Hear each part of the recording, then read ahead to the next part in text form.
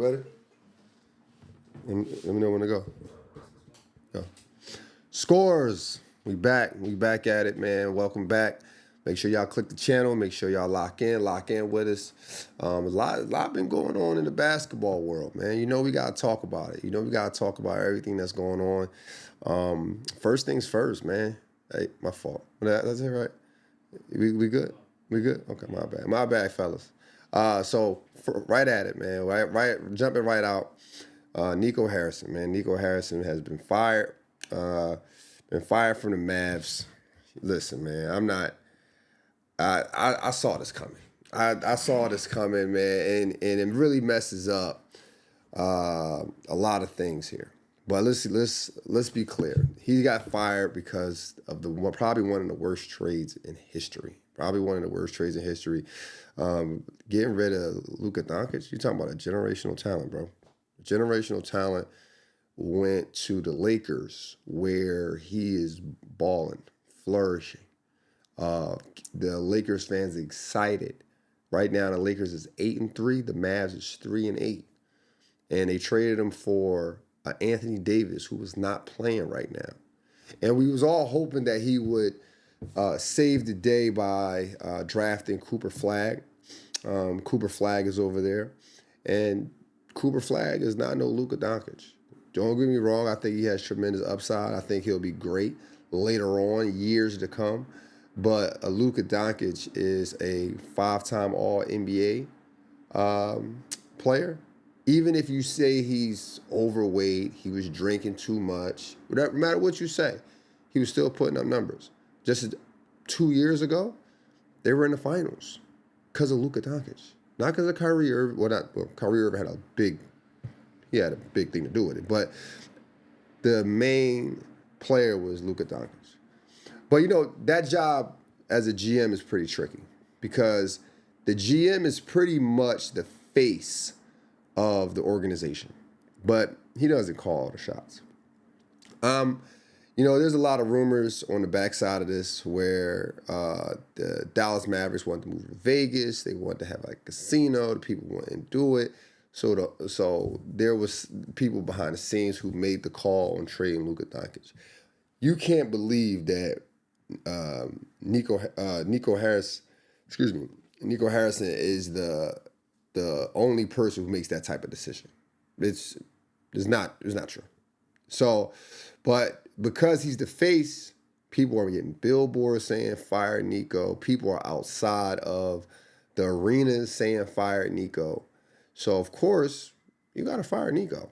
You gotta fire Niko. There's the only way to keep the fans happy. Because at this point, the fans is like, yo, we're losing. Fire Niko, fire. And you keep them, it just gives bad energy to the organization. So you got to say, you know what? Look, man, I know you don't have everything to do with this, but somebody got to go. That ain't me. If I'm the owner, I got to say it to him. Hey, look, man, somebody got to go, and it ain't me. But my fault. Let me make sure. Maybe make sure I got the right stuff. Pull up the right stuff here. I want to make sure I'm on the right stuff here. Let me make sure, I had the wrong notes pulled up, but it's all good. We can still keep it going. I want to make sure I'm covering everything here. Let me see, man. 1 second. There you go. Make sure I got the right notes. I want to make sure I'm reading off the right notes, people, because this is a lot of stuff and I don't want to miss nothing. Also, this decision by the organization to get rid of Luka, it messes up Cooper Flagg's situation. Now Cooper Flagg is in a situation where it's a magnifying glass on him. People are looking at him saying, you're supposed to be the savior. You're supposed to be the person who replaced our beloved Luka. Now, you're averaging about, 15 points? I think he averaged about 15 points. He had a game where he had 2 points. I think last game he had about 26 points, which is good. I think that's great for him. I like it, but I said this in the beginning. He's a first season player. What are you averaging right now? 15 points. I said he's no higher than 15 points, right? Right now he's been fluctuating between 13 and 15 points. I don't see him. I see him having good games. I see him having spurts. I see seeing the potential, but I don't think he is the savior for the Mavericks right now. and now they got him at the point. How are you going to replace a guy like Luka who can do the things you do at the point and say, let's put Cooper Flag, who didn't play point in college, who didn't play point at no point of his career. I don't even remember. I haven't even seen a clip of Cooper Flag hitting a game winner. Now you're asking him to be this star. Be the star. You're replacing. It's light right here. You're replacing our best player. So it makes it tough. It makes it tough. But nonetheless, you know, where Dallas is right now is where I expected them to be. I had some faith in him, but once Anthony Davis went down, it's kind of hard to believe him at that point. I didn't think Cooper Flag was going to come in and be the person to replace a Luka. He's a generational talent. He'll be a Hall of Famer, win a championship or not, but he'll be there. So it's not going to work. Niko, good. I'm sure he'll find other jobs. I'm sure he'll be behind the scenes somewhere. They just gotta let this die down. They gotta let this die down. This could actually ruin a career. Like this, these type of decision makers, this kind of ruin a career. So we're gonna see where he goes. Now, I want to talk about Giannis. Giannis, he didn't play last night, but he played a couple nights before. And there's a clip that's going around where he dunked on Gafford and Cooper Flag. And I want to bring that up because Giannis plays like a power forward. Like he plays like, if you had to pick a power forward, that's what you want out of a power forward. He seems like a player who prides himself. Washington Jr. Splitting the defense, Giannis against Gafford with the block. He's trying to keep his position, getting in rhythm. He's got the offensive rebound. And even the putbacks are a little bit tough. Tries to split the defense. Giannis! Oh, that'll work.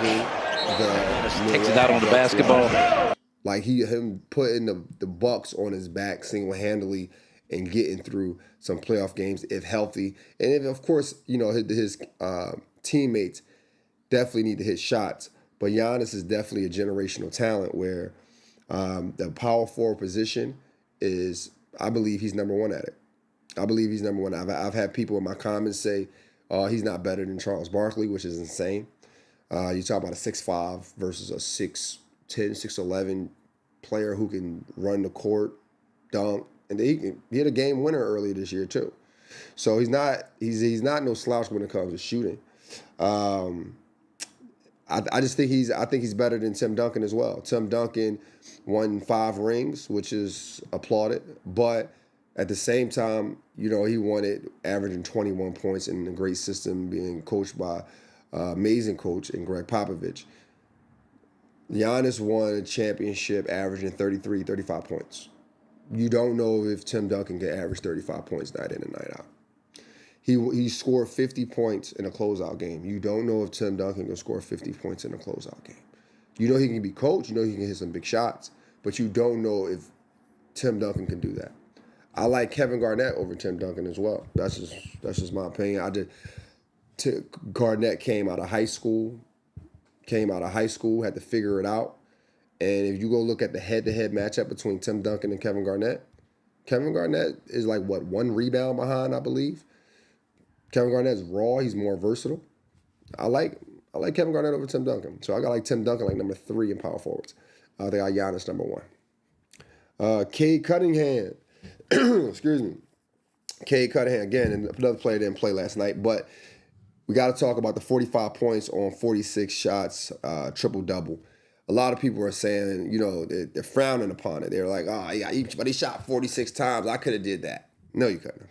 No, you couldn't have. And he had a triple-double. And you got to remind yourself that his teammates who actually scored the ball, Tobias Harris and all those guys, were out. The Thompson twin, out. So he had to shoot those shots. And if you're not a player who is used to shooting 46 shots, or a player who is used to shooting or having to put the team in your back on every aspect of the game, you're going to miss a lot of shots. You're going to take some bad shots. There's going to be some chippies in there where you just miss.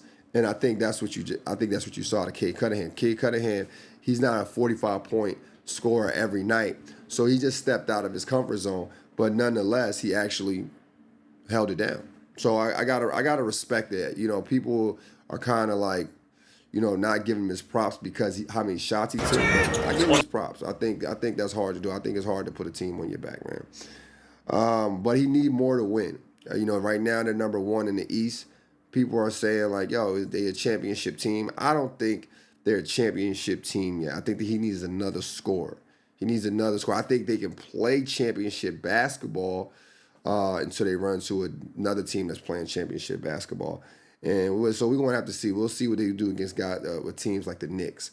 I think Sixers is actually going to be a little better than what they are right now once Paul George come back and once Joel Embiid's minutes restriction increase. And not because of like production, just more so of wisdom on the court. Right now, the Sixers are shooting a lot of bad shots. They're shooting some ill-advised shots. They're shooting quick shots. But once you get guys who have experience in this area, the playoffs, like a Joel Embiid, a Paul George, these guys can kind of calm the young players down. So they're going to have their hand filled with got teams like the Sixers, the Knicks, and listen, man. And look, I'm not counting Giannis out too much. So they're going to have a handful. But I love to see Detroit, that city, excited about basketball again, because that's when I was growing up. That was the teams that I heard about: the Boston Celtics, the Bulls, Detroit Pistons, and even when I was in high school, when they won against the Lakers in the finals, it was great to see the city of Detroit has something to smile about. You got something for me? I got Turan in the chat talking about AD's out again. You have any comments on that? AD being injured? Anthony Davis? Yeah. Of course. Did you comment on that? Huh? Did you comment on that already? I just said it. Anthony Davis being out. Listen, man, with Anthony Davis, it's just a hit or miss. If we can get 22 games out of him, it's like a celebration. He's right up there with Joel Embiid. When these young guys, when these big men get injured and they keep getting injured, it's hard for them to come back. This is not Anthony Davis from the Pelicans. This is not Anthony Davis in 2020. This is Anthony injured Davis. This is Anthony Davis who we can just hope that he gives us something on a long stretch of games.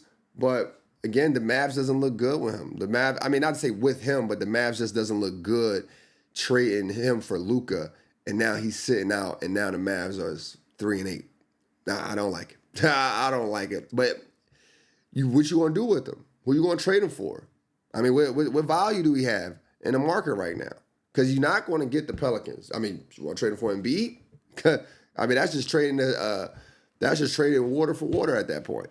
So at the end of the day, the only thing you can do if you're a Dallas fan, if you're an AD fan, is be hopeful. Be hopeful that, hey man, I hope he can just play at least 60 games. Wemby. Now, Wemby didn't play last night as well, but I did get a chance to see him play.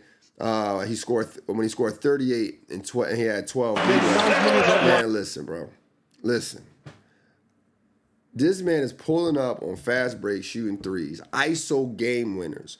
And the fans are saying the 90s basketball was better. Now, I hope this doesn't offend anyone here. But ring culture has ruined basketball conversations. Because think about this. You would say Wemby is better than Kareem Abdul-Jabbar as a player.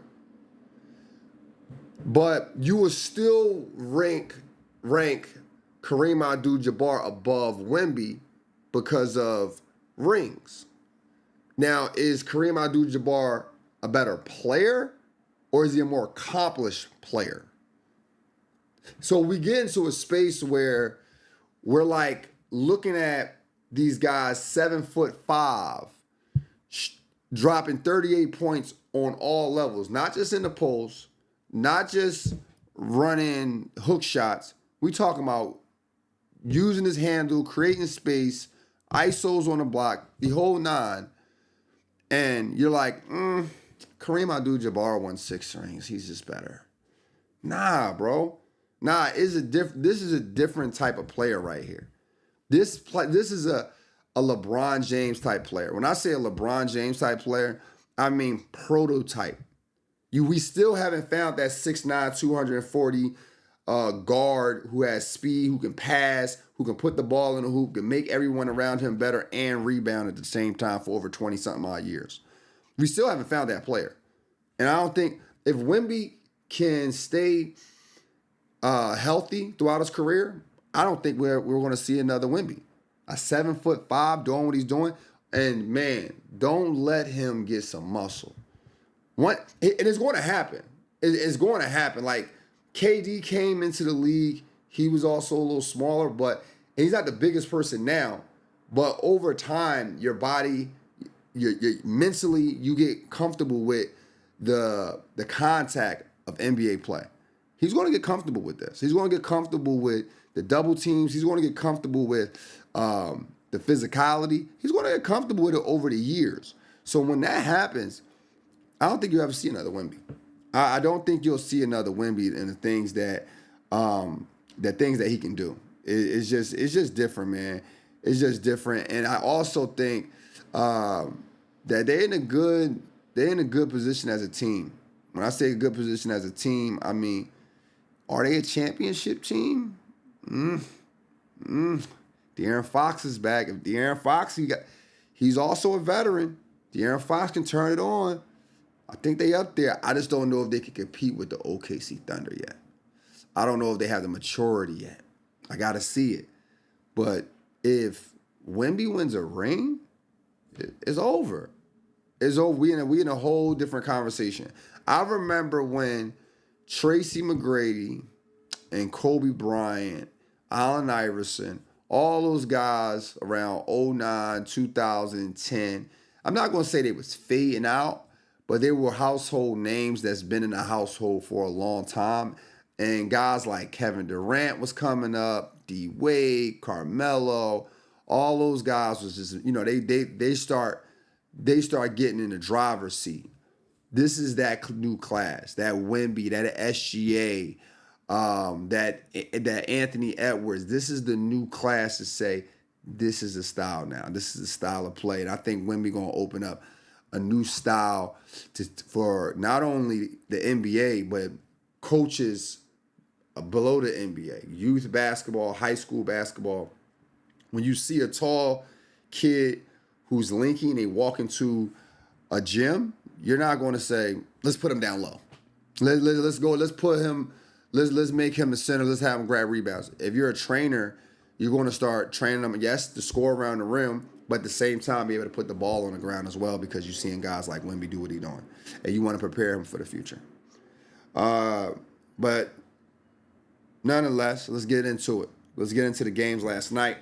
The Raptors, man, they beat the Brooklyn Nets.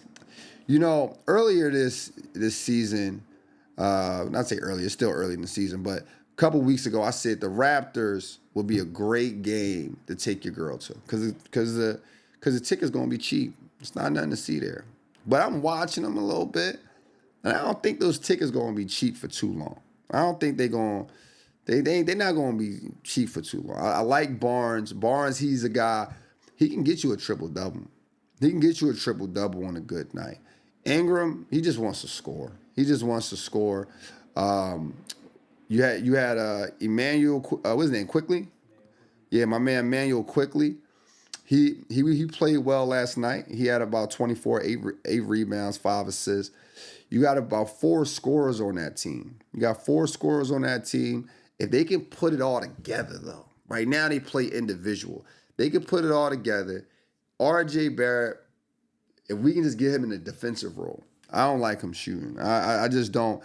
I don't trust him shooting, and they leave him open a lot, and he misses a lot. But I think they got some hoopers in there. They They shot 49% from the field last night. But the issue that I have with the way they played is the shooting of the threes. They was 9 for 35. See, that's losing basketball to me. Like when you shooting 9 for 35 from 3, it's losing basketball. Like you can't improvise. You don't know which way to go. I mean, they have what's his name? Jacob Polley?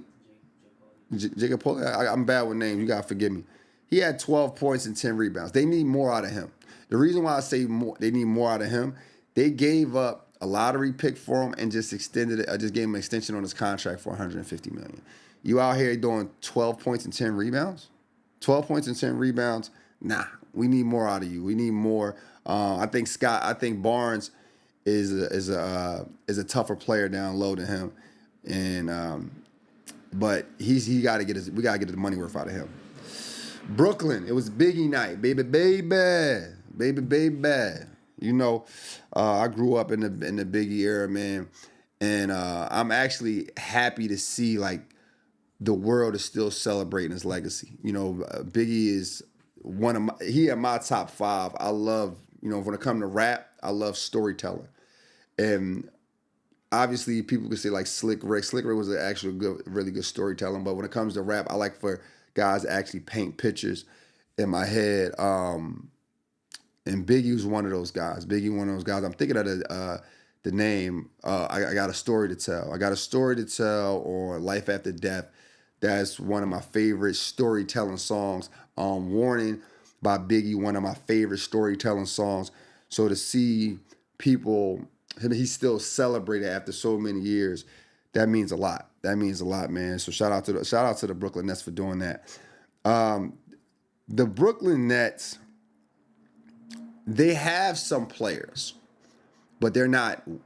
I'm not gonna call them not winners. It can be one of those things like they did at OKC. If you can stick with a core group and develop them, they might be all right in a few years. But you got to stick with them, and you got to probably put one more strong player in there. Probably got to put one more strong player. Michael Porter, he's not a bad player, but the reality of it is he's not the best at creating his own shots. So, or I'll say it like this. He's better if he doesn't have to create his own shots. If he has someone else out there who can actually get into the lane, create some more shots for him, I think that his average will go up. I believe he's averaging about 21 points right now. I believe that can go up to about 25 points a game if he has someone else out there. But when he's one of the primary scorers on a perimeter, and he got to create his own shots, it's easy to keen in on it. It's easy to stay with him. He's not a guy who's quick laterally as far as like getting around guys. They got a young kid named Noah Clowney. He's pretty good. I like him. He's hit some tough shots. Just a tall kid, about 6'10". I like him. If you can stick with him, develop him, those type of guys you want to keep into in your organization. And it's definitely a young team, though. It's a young team. Right now, to me, they're the East Coast Clippers. And the reason why I say that, obviously, here in LA, you got the Lakers, and then you got the Clippers. In New York, you got the Knicks, and you got the Nets. The Clippers are never promising. They had their years with the what year was that when they had the Lob City? Lob City looked promising, but of course they didn't pull it through. And this is what I think Brooklyn Nets can get to. I think Brooklyn Nets can get to a space where they have some years that look promising. Who they have on their team to pull it through is up to the GMs, is up to the owners. But I think Brooklyn has a good future if they can stick with some guys and they're not constantly moving people around. Let's get to the Sixers and the Boston Celtics. This is a third time playing against each other. Third time playing against each other in the last 3 weeks. I don't know who made the schedule. I mean, that's kind of draining, though. But the next time they play each other is in March, so that's a blessing. Sixers pulled it off, 102-100. They did a great job. Well, not really. Those type of games is tough because if you play a team 3 times 21 days in 3 weeks, they start to know all your moves. They know everything you're doing at that point. They know all the plays. So, of course, most of the games are close. So it's hard to score at that point. Like a guy like VJ, I believe that's the game he had 34 points the first game. This game he had 6. He had 6 points, about 3 rebounds, played 35 minutes. The thing I like about his stat line is he had 0 turnovers. So that shows maturity with the basketball. I like his upside. I don't think we need to put so much pressure on him to come out and score so much because it makes it harder for him to adjust when guys like Paul George, Joel Embiid gets back in the lineup. Because those guys are going to get their shots. That's what they're paying for. Like it or not, you could say VJ's better. That's okay. But you got to understand it's a business. It's a business, and if you're paying someone $40, $50 million a year, you're definitely not trying to see them shoot 4 times a game. You want to, listen, I pay you, this is what you do.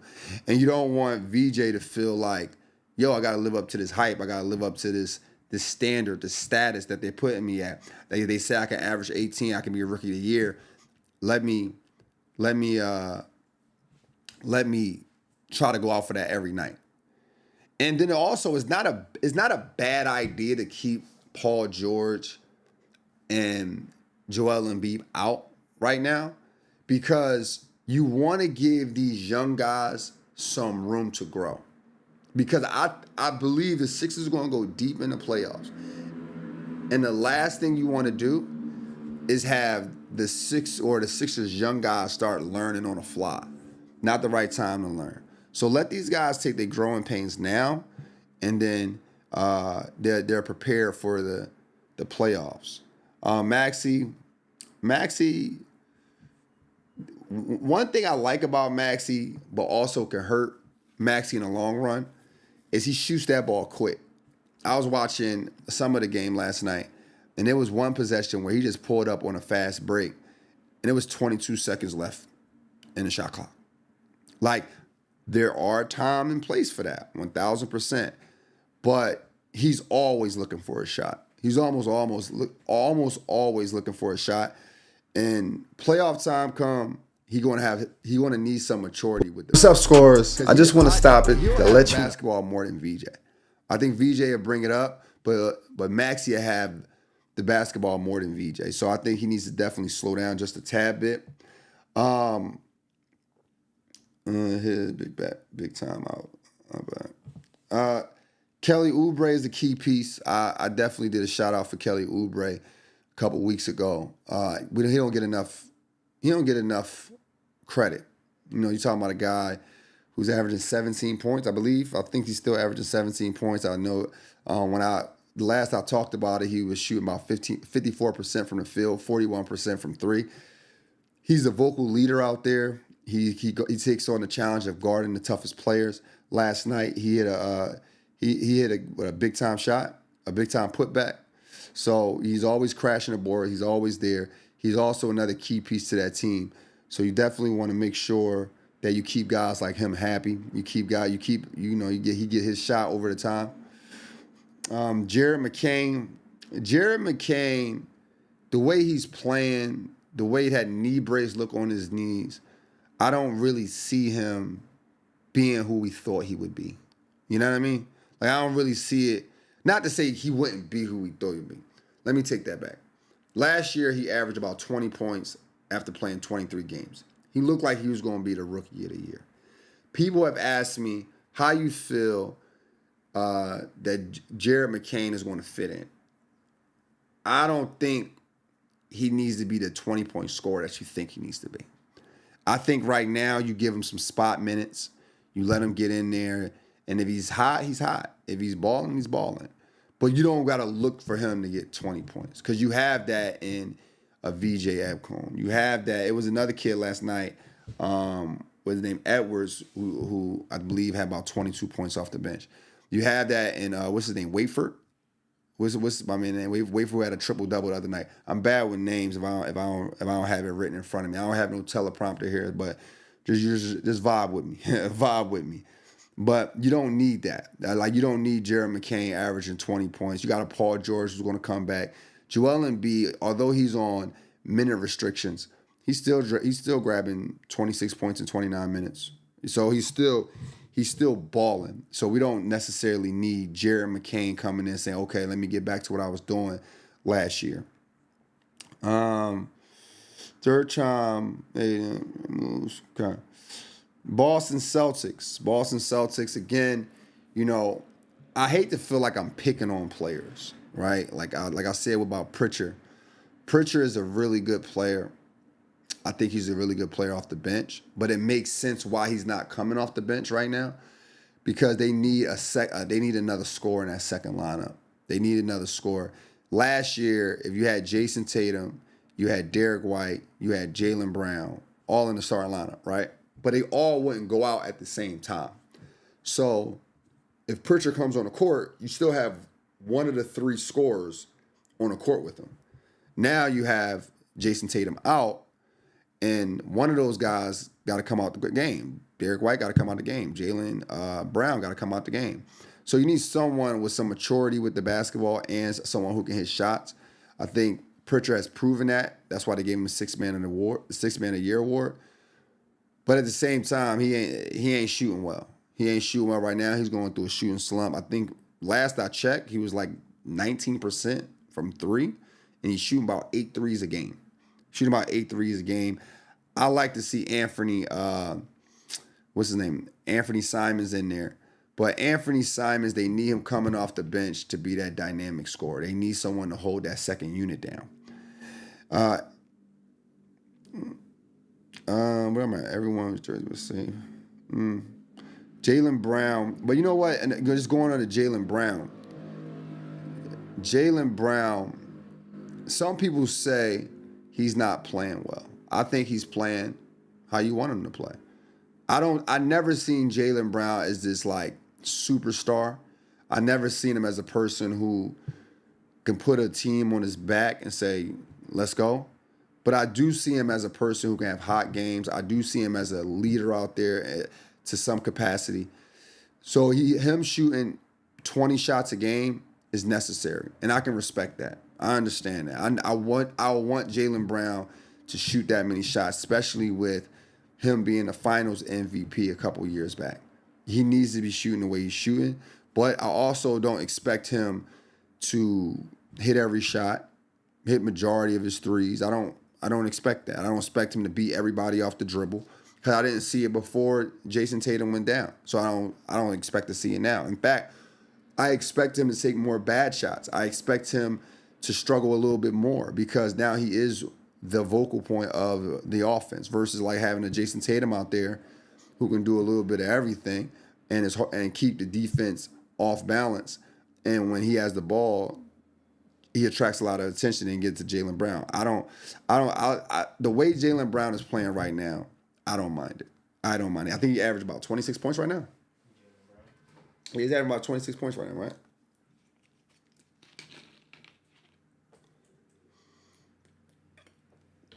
Got to take a water break. 27 points? Yeah, I mean, that's what you would expect out of him. I expect that out of him. And at 27 points, though, he is taking some bad shots. He takes some tough shots. And he also missing shots he should make. There's too many times I'm watching the game and I see like a missed layup or something like that. So, but I'm expecting that out of him. So I don't think he's playing bad at all. I just think the Celtics is just not going to be a good team this year, and we got to live with that. And if you're a Boston fan, you got to live with that. They're not going to be a good team. They don't have enough bodies on the bench. I think they'll go through spurts. I think they'll have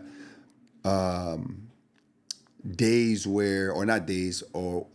momentum throughout the season where they win like 5 games in a row or whatnot. But I also don't think they're going to be a good team overall this year.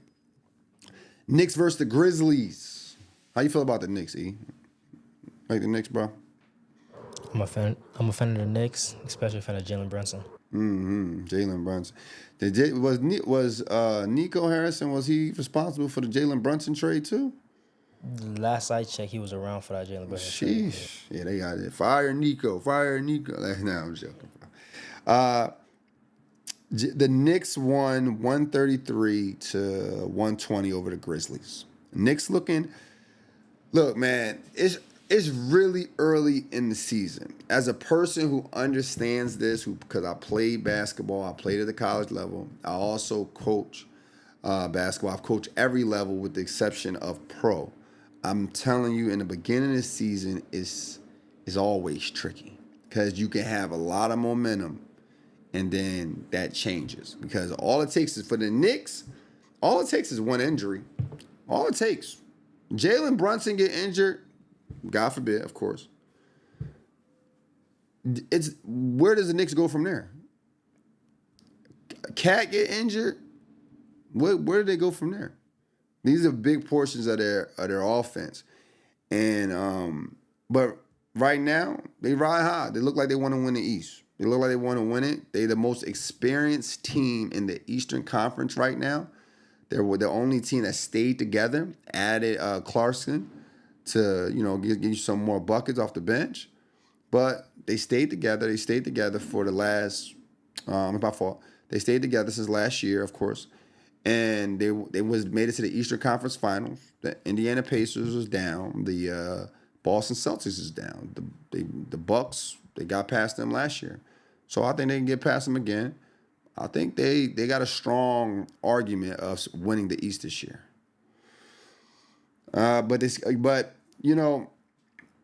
They shot well last night. They went 22 for 55 last night. They went 22 for 55, so they shot well last night. And they play solid team basketball. I don't think they selfish. I think they solid team basketball. The Grizzlies, Ja Morant had 6 turnovers last night. Like stuff like that is a hard sell. When your point guard has 6 turnovers in a game like that, like against the Knicks, that's a tough one. Then obviously everything that's circling around them, that's also a tough one for the Grizzlies. And I'll be surprised if Ja Morant finished the season with the Grizzlies. I'll be very surprised if he finished the season. Now, I don't know his contracts restrictions off the top of the head, but I'll be surprised if he actually finished. But the game was over before it started. I mean, the Grizzlies had 22 turnovers. They had 22 turnovers last night. They just got too much. At times, they're standing around way too much. The kid Jackson, he was handling the ball a lot up top, not pushing them, not being a point guard, but just just not versatile enough for me. So I think the Grizzlies may be one of those games if you want to take your girl to a game and you just like, yo, you know what, babe, let's go to a basketball game. You want some cheap tickets and you want to kind of show off a little bit and sit a little closer than usual. Mark the Grizzlies on your calendar. OKC versus the Warriors. OKC. Listen, man. Like I said, they looking like the championship team. 126 to 102. Well, look like a championship team, bro. OKC, they just play unselfish. They don't care who scored, but we know who the man is. So let's give it to SGA. Let's give it to SGA. And SGA like, yo, you know what? I love that y'all love me. So I'm going to give it to y'all too. I'm going to give y'all the ball too. So OKC looking good. They play defense. If you say the NBA don't got no defense, the teams don't got no defense, that can be very, very true for the teams that's not good. For the teams that's not good, yes, they don't play no defense. That's why they not good. But OKC, they locking up. They locking up. You got to bring your hard hat when you go to OKC. So, again, I still think they're the favorites to win the championship. I haven't seen no flaws in their game yet. I don't know who can beat them. I want people to beat them because I like the underdog story. I want to see Houston Rockets beat them because I think they're the underdogs going into that matchup. I want to see the Spurs beat them. Spurs didn't make the playoffs last year. And they come in, they beat OKC. Oh man, it's a different animal. I want to see the underdog story, but right now, OKC writing the big dog story. So the way they playing, they shot 50% from the field, 44% from 3. See, that's good basketball right there. What they doing over there with the Raptors shooting 9 for 35, that's bad basketball. That's AC playoff basketball. 44% as a team from 3 is championship basketball. And they all can shoot. Maybe except with even Hartenstein can knock one of them things down. So they all can shoot, so they hard to guard. So when people is like, they don't play no D. How you going to guard 5 guys on the perimeter? How you going? And then you got one guy who led the league in scoring. How you going to stop him? He's leading the NBA in scoring. This ain't a church league. He's leading everything in scoring. So it's going to be hard to guard if he constantly attacking the gaps, getting in the gaps, kicking the back. It's going to be hard to guard, gang. It's going to be hard to guard. Golden State, Steph was out. Steph was out last night. And Steph was out. And listen, I don't mind them resting Steph a little bit. I don't know what's really going on with them, but I'm okay with him resting a little bit because they're going to need him long term. What's going on? He played last night? 20 points. Oh, shoot. I got the wrong notes over here. 20 minutes, 11 points, 1 rebound. Oh, shoot. Well, shit. I thought Steph was out. I got the wrong notes. My apologies, folks. My apologies. Sorry. I'm a true casual for that. Oh, this is his first game back. Okay. Shit, because I definitely didn't watch that game. I couldn't catch that game last night, so I tried to catch the stats, but I must have overlooked it. So mistakes happen. Everybody mess up. But listen, either way it goes, Steph in or Steph out, they lost. They lost 126 to 102. I was hoping Steph was out so I could have an excuse for it because I did say the OKC is going, not OKC, excuse me, the Warriors is going to be a good team in the playoffs, and I was hoping that a Golden State can kind of slow OKC down, but them scoring 126 to 102, that just don't seem like a Golden State Warriors that I was thinking of. Well, nonetheless, OKC took care of business, going right to Utah. What you got for me? I got Thomas Clark in the chat. He believes that Lakers got OKC in 5 or 6 in the Western Conference Finals. What do you believe in? What do you think about that? The Lakers got OKC 5 and 6. With a LeBron, I think that can happen. He also thinks Vando and Marcus Smart can make it difficult on Shea, and a healthy LeBron and Luka and a big in DeAndre Ayton will give them trouble. With the LeBron, I can see that happening. That can definitely happen. Long as you can slow down SGA, because SGA leads them in a lot of areas. They lead them obviously in assists. I believe this year they lead them in blocks, obviously points. I think he's second in rebounding. So if you can slow him down on all those things, like you can constantly have people on his body for rebound and constantly keeping him out of the paint for his assists and then making every shot tough for him. And you do that for a stretch of about, what'd you say, 5 to 6 games? And 5? I think he can get that. But still, the reason why I still have OKC winning it is because I haven't seen the way the Lakers play yet. Like that, right now, me and you we're hopeful. It's hopeful thinking. We're hoping that LeBron comes back and the chemistry is amazing. I think it's going to be amazing because he's a professional. He's done this before. So I do believe it's going to be amazing. We're hoping that the young guys understand their role and execute on their role, right? We're hoping that Luka and everyone else is healthy and they playing well. But what I see right now is OKC winning right now. But if the Lakers pan out to be who I know they can be, then I do have the Lakers. I'm with you, Thomas. I'm with you. Going to the Utah and Pacers game, man. You know what, man? Ace Bailey had 20 points. I got a homie who loved the Utah Jazz. I don't know how he loved the Utah Jazz. He's from Atlanta. I have no clue how his mindset got to Utah. And there's no disrespect to Utah. I actually been there a couple times for a couple basketball games myself when I was in college. But Utah, they won 152 to 128. But I still don't have them doing anything this year. I think the whole Ace Bailey thing. Ace Bailey had 20 points, but I believe coming into this game, he was averaging 6 points. And I see him developing over time. I think they're trying to build something for later. Lauri Markkanen had 35 points. I like his game. But being over in Utah, you won't hear a lot about him. I do like his game. The young kid, George, I like his game. He's a great playmaker. They shot about 45% from 3, so they had a great night from beyond the arc. And they shot 55% from the field.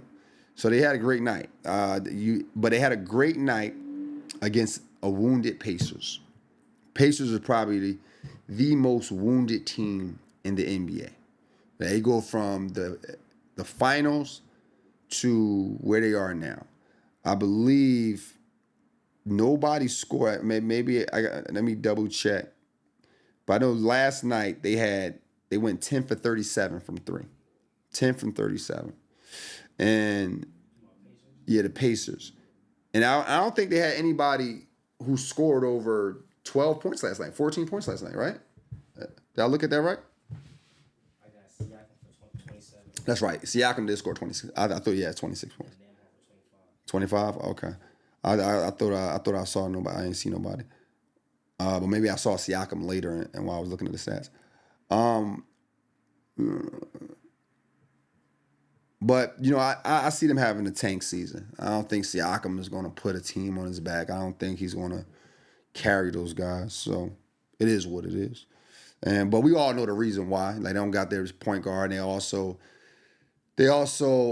got rid of what's his name? Miles Turner. They got rid of him. So they're having a year that we thought they would have. Tyrese Halliburton out, and they having a year. What's their record right now? E.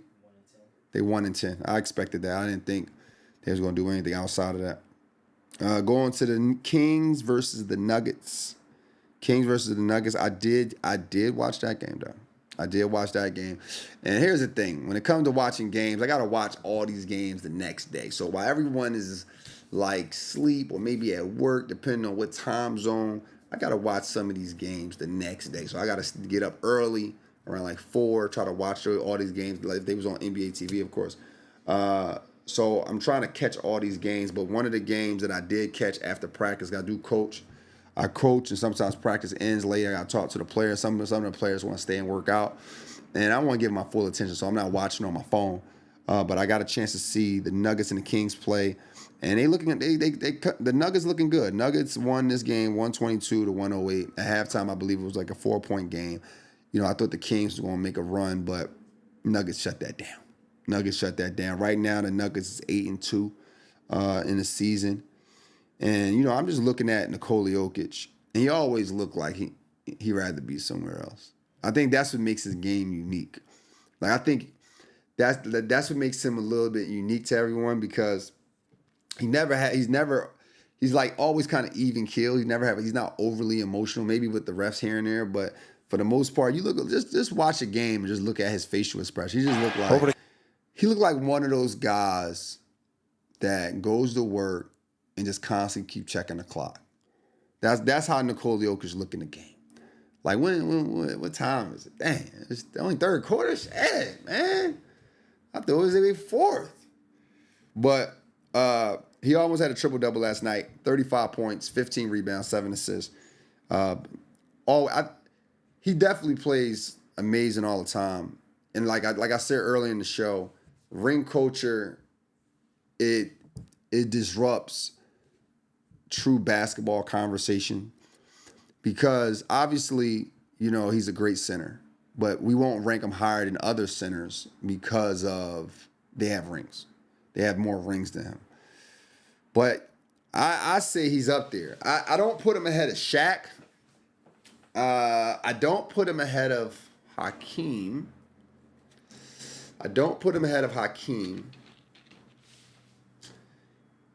And I'm almost necking. I'm gonna be 100. I'm gonna be honest with you guys. I'm gonna put him ahead of Kareem. Man. And it's not Kareem's fault that he played in an era where they didn't teach big men these type of skills. But I got to put him ahead of him just because we got to stop confusing a better player with accomplishments. Kareem has more accomplishments for sure. He has more accomplishments than Shaq. But at the same time, is Shaq more dominant than Kareem? Don't you want your center being more dominant? So he has to be the better player. Shaq has to be the better player. Jokic is dominating in his own way. Jokic is dominating with passing, with the shooting. He's dominating in his own way. You got to respect that. You definitely got to respect that. Jamal Murray, I ain't going to lie to you. I like this year Jamal Murray, man. He got the YNs in his hair. I like it. Jamal Murray averaged he had 23 points last night, 8 rebounds. I ain't mad at it. I ain't mad at my guy Jamal Murray, man. Jamal Murray, he's due for an All-Star appearance though. Like they've been doing him dirty for a while. He needs to be in an All-Star game. I think he's All-Star worthy. The Denver Nuggets don't go far without him. They don't go far without him. And He got to get his credit. He got to get his props. Jamal Murray, for me, I'm trying to think of like a Jamal Murray type of player in the past who didn't get their credit. Like they didn't go to an All-Star game, but that team wouldn't have been who they was. I'm trying to think of a point guard. This is a good. Yeah, like a point guard you could compare Jamal Murray. Like Jamal Murray, he hasn't been like an All-Star, but he's definitely a dog, and he won the championship as the point guard. I mean, he's had great seasons in the NBA, and it got to be a point guard out there that you like. Damn, you never been an All-Star? I didn't know that. Would you compare it to You would compare it to a scoring point guard, right?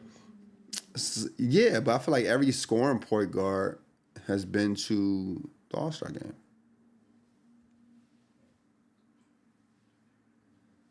Because Jamal Murray, man, it's surprising that people don't talk about him enough.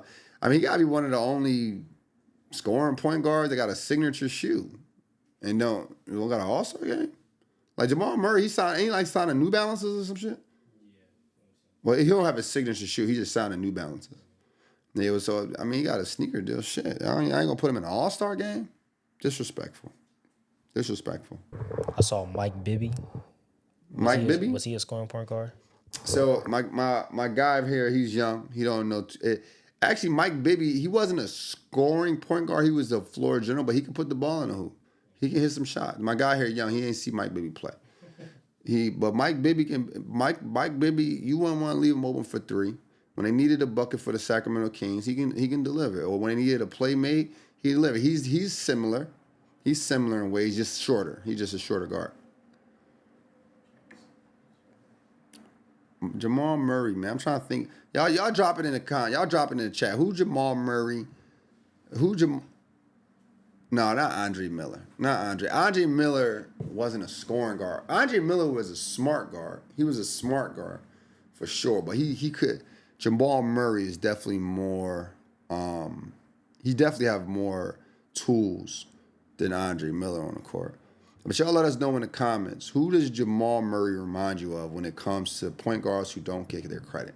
Who does he remind you of? I already talked about this, but yes, Joker averaged a triple-double. Like, I don't know how we don't say he's one of the best centers. But the Denver Nuggets is looking good. I'm not convinced yet, though. I'm not convinced. So you got the Denver Nuggets ahead of like you think they're gonna win the championship this year? I think they can compete. Yeah, I think they can compete. They 8-2. I think they can compete for sure. And then I remember last year they took the OKC to 7 games, so it could have went They either took way. OKC to 7 games. You're right about that. Again, I think they can be stopped though, because OKC found the formula to stop Jokic. They found the formula. Caruso. OKC can be stopped too though. It went to 7 games. It went to 7 games. You could have went either way. So I'm saying like, don't sleep on Denver. I'm not sleeping on Denver, but playoff matchups going to matter a lot. It's going to matter. It's going to matter. But we'll see. We'll see. It's still early. I'm not counting any team out in the West. The West always looks strong. Always. I don't know where y'all get this like, oh, the East was down, the West always looks strong. The West always got like some of the better players and better teams. But I'm just not excited just yet about the Denver Nuggets. The Kings, man, you know what? It was a couple plays in that game where Russell Westbrook, he was doing something. He was working, and I was really excited. And then he started shooting some bad shots. He started making some bad plays, and Russell just super streaky, bro. Russell Westbrook. You know what thing with Russell Westbrook? Russell Westbrook was too good for his own good, if that makes sense. Like, think about this. He averaged a triple-double 4 times in his career.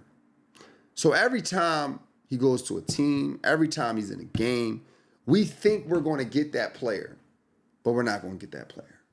So he could be just doing normal stuff anybody would do, making mistakes in the game, but it's still a big deal to us because it's not the Russell Westbrook we once knew.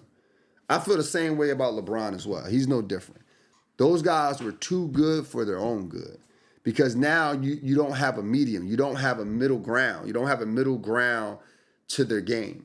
Same thing with KD. I say the same thing for KD. KD is a guy who we know can average 27 points. He's getting paid to score the basketball. The moment he's on a team or at an age where he can't average 21 or he's averaging 21, it's going to feel like a letdown to all the fans. And that's how I feel about Russell Westbrook at times. Like, I know he's not up there in age, but he's up there in NBA age. And I know he doesn't have that primary role anymore. But when he gets in the game, all our eyes are getting big, and we're like, yo, he gonna show us something. And then he has them spurts. He has them moments where he just balling. Like, we just like, yo, this dude balling. But again, it's still, he didn't play bad though. He didn't play bad. He almost had a triple-double. I think he had 14, 11, and 8 last night. He didn't play bad. But some stuff, like with the basketball during certain times of the game, you like, yo, what is that? What was that? What you got for me? Yeah. Some of the stuff I'm just like, man, what you got for me, man? What you got for me here? But I always call, I'm going to be honest with you, man. I'm going to be honest. Sacramento Kings is another team you want to take your girl to. If you at home and you surfing through channels and you like, yo, oh shoot, Sacramento plans, it's a close game, I'm going to watch this. But it's nothing you mark your calendar for. I always felt like Sacramento is the graveyard for the West. Is the grave. Once that you start getting traded. Now, it's cool for young guys to get their resume up, like Darren Fox. He got his resume up over at Sacramento, so he goes somewhere else and is promising. It looks promising for him. It looks promising for the organization. But when you're older or when you are a person who is established and they say, well, yeah, you gotta go to the Sacramento Kings.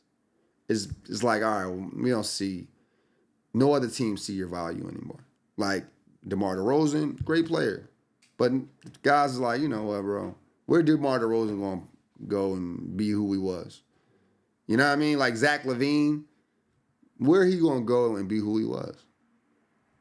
Russell Westbrook, where he going to go and be who he was? Sacramento. And then I believe Zach LaVine, is he from the West Coast too? I know DeMar DeRozan is from the West. I know Russell Westbrook's from the West. Because if Zach LaVine is from the West, this is Washington. I mean, that ain't too far. Washington, right up the street. That's right up the street. So again, this is like the graveyard for veteran NBA players, Sacramento Kings. Graveyard for those players. And if you at the end of your career and you from the West Coast and he trade you to Sac, that's probably your last stop. I ain't gonna lie to you. And that's okay. That's okay, man. You know, shit. We could at least shit. If I would have had a game in the NBA, I would have been cool. I would have had that everywhere. I would have had my car covered in it. You know what I mean? I would have me wearing an NBA jersey. So I'm not taking nothing away from those guys. It's an amazing accomplishment to actually play in a league where only less than 1% can play in. You got something for me over here in the chat? Anything? Yeah, I got reports. The Kings are planning to explore trades for Zach LaVine, DeMontis Sabonis, and DeMar DeRozan and others. So they're looking to do a rebuild. They're gearing up for a rebuild. Oh, wow. What you take on that? Where is that at? Where you find that at? I'm seeing that it's a report from sideline sources. Sideline sources? And they get rid of all those guys? Sabonis, everybody? Yeah, they're looking for a rebuild. So if the Kings are gearing up for a rebuild, if it is true, what's your take on that? Again, a graveyard. Is like, who you going to bring over there? Who you going to rebuild? You know what my take is? Just throw the organization away. Like, Sacramento Kings, like the last time I've been excited about the Sacramento Kings, I think is 2001. Yeah, 2001. I believe that's the year they had Mike Bibby. They had Vlade Divac, Peja Stojakovic, Turkoglu, and Chris Webber. There was that a couple of years ago with De'Aaron Fox. I think the first seed, second seed got bounced in the first round with the Warriors. Yeah, I wasn't excited. You wasn't excited? Nah.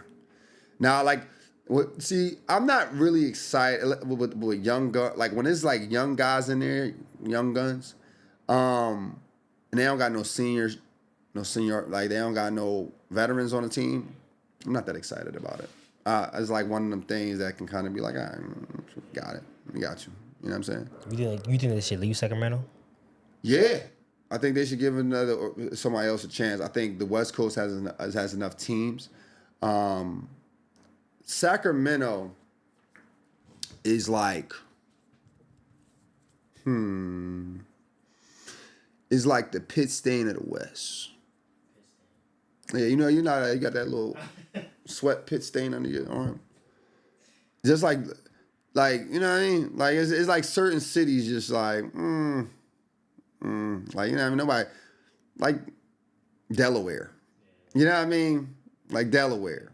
Certain parts of New Jersey, not all New Jersey, shout out Jersey, but certain parts of New Jersey, you was like, living in that part of New Jersey. You know what I mean? That's how I feel about Sac. Like I remember I lived in the Bay Area, and this girl was like, I live in Sac. Why don't you come out here? Nah, I'm cool. I'm straight. I'm skipping over too much to get to you, and you know what I mean? Then I got Thomas Clark back in the chat comparing Jamal Murray to Darren Williams, especially how D. Will and Boozer used to playing the pick and roll. Yes, that's the perfect comparison. Darren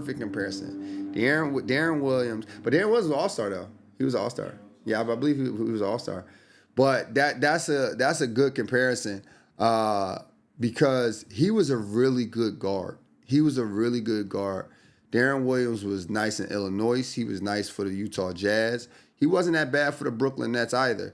I liked him, but you don't never hear anything about him anymore because he just didn't get his credit. And that's the thing that, as a fan, I fear for Jamal Murray.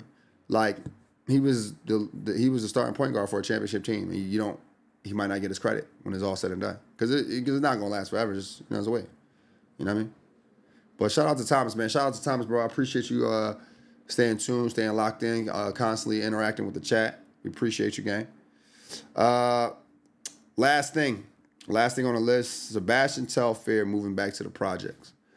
Now, I wanted to put this at the end because I've watched Sebastian Telfair high school career. I think Sebastian Telfair was a tremendous talent.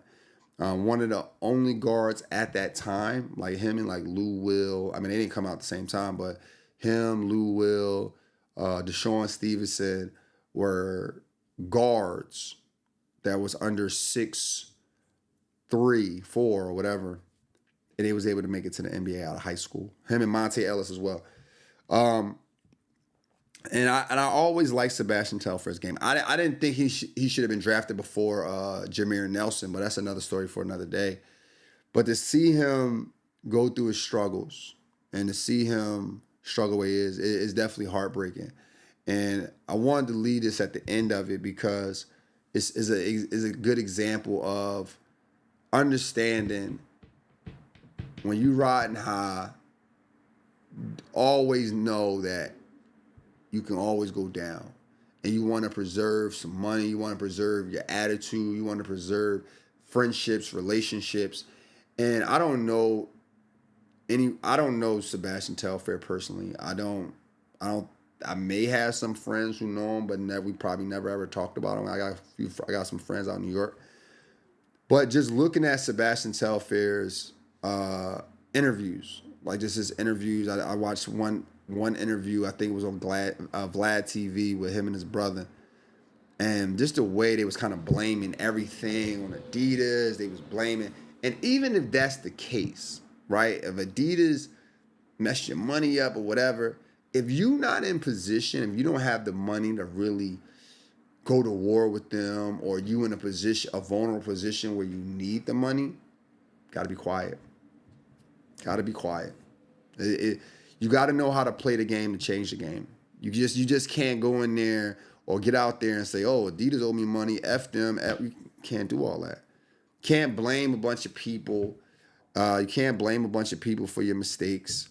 You know, those guys are so high up when it comes to, the basketball thing. They're getting so much money that they can make some mistakes along the way and then recover. But the fact that you kept making mistakes, and then with like stuff like the gun cases, man, I say this to all my friends, young guys, when you get to where you want to always, where you always dreamt of being, you gotta leave. Everybody can't go. Everybody can't go. Sometimes you gotta leave the hood. Get your mom, get your closest relative, your mom, your sister, your brother, and say, look, I got this house that I paid for over here. You guys can live here. And I visit you here. We can set you up with some jobs in this area to make sure you're straight. But I can't keep going back and then risking my freedom, risking my career because I want to keep it real.